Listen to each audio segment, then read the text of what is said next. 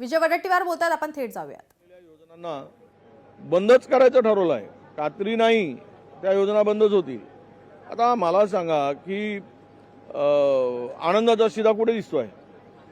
संपला आनंदाचा शिदा, कारण निवडणूक संपली, आनंद झाला, आनंदाचा शिदा संपला। आता गरीब माणूस कुठे आहे?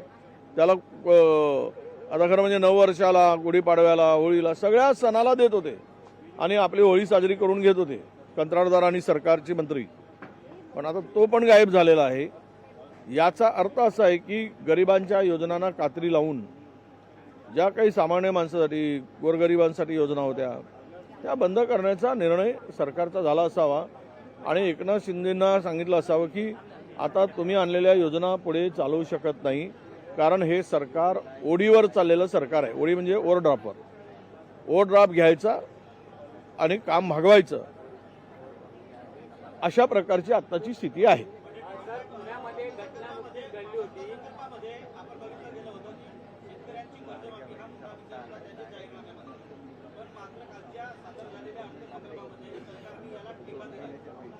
हे काल पण बोललो आम्ही, यांची नियत, यांची करणी कथनी यात खूप अंतर आहे।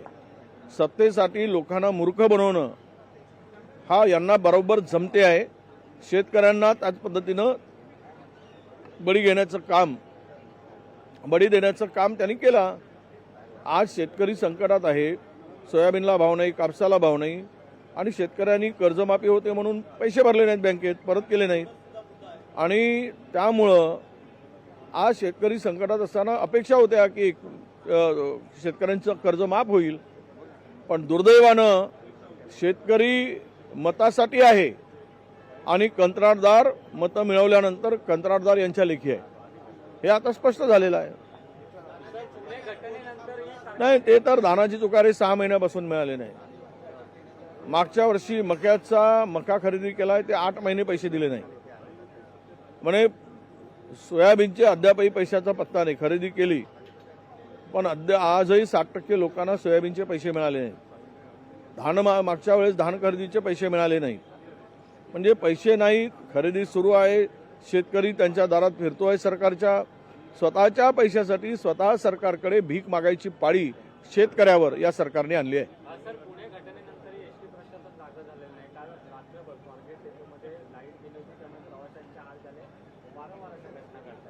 पुण्यासारख्या शहरामध्ये लाईट जाते आणि तेही स्वारगेट हा मध्यभागी असलेले बसस्थानक आहे, जिथे अलीकडे घडलेल्या घटना पाहता तिकडे सरकारनं तातडीनं पॉवर बॅकअप दिला पाहिजे, जनरेटरचं बॅकअप दिलं पाहिजे, सोलरचं लावलं पाहिजे, पण पुण्यात लाईट जातेच कशी हा खरा प्रश्न आहे। पुन्हा काही पाप घडवण्यासाठी ती लाईट गेली का?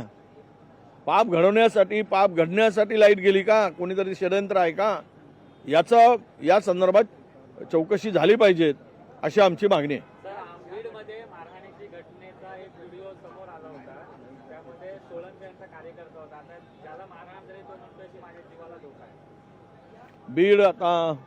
बीड म्हणजे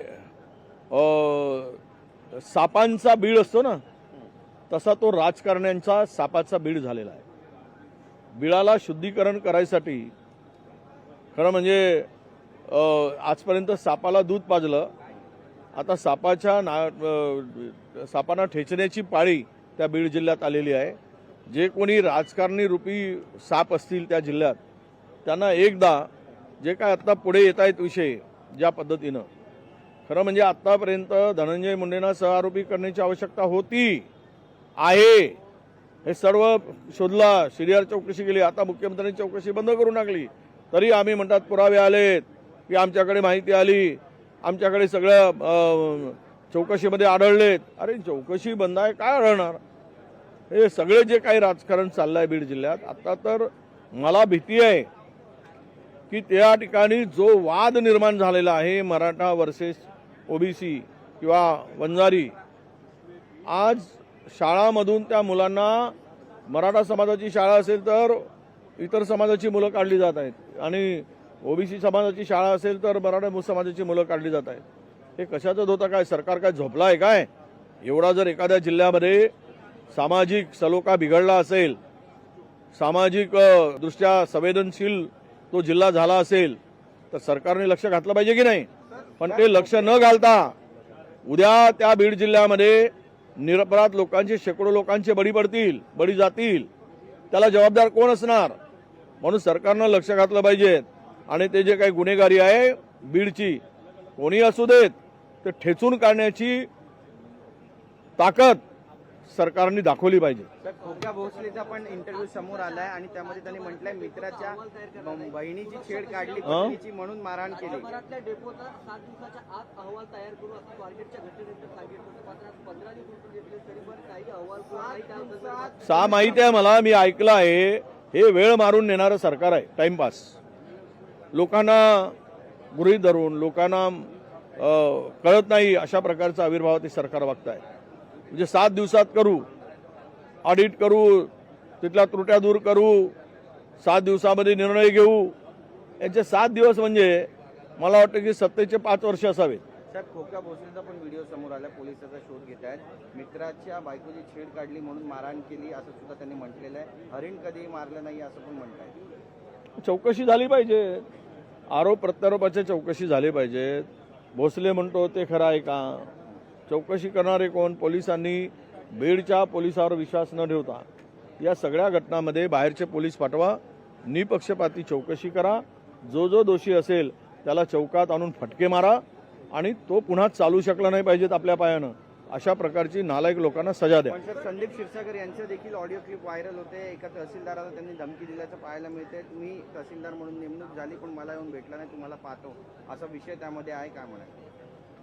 आता मी ते ऐकलं नाही, पण असं बोलणं किंवा वागणं चुकीचं आहे. राजकारणामध्ये एखाद्या लोकप्रतिनिधींनी प्रशासनाबरोबर काम करत असताना एक प्रशासनाची 2 चाकं आम्ही समजतो. पण असं जर काही केलं असेल तर हे त्या बीड जिल्ह्यामध्ये प्रत्येकाच्या अंगामध्ये दादागिरीचा असा त्याचा अर्थ होतो. सर, कल्याणमध्ये ठाणे जिल्ह्यामध्ये शिंदे वर्सेस लोकशाही मराठी ऐका, पहा, जागरूक रहा.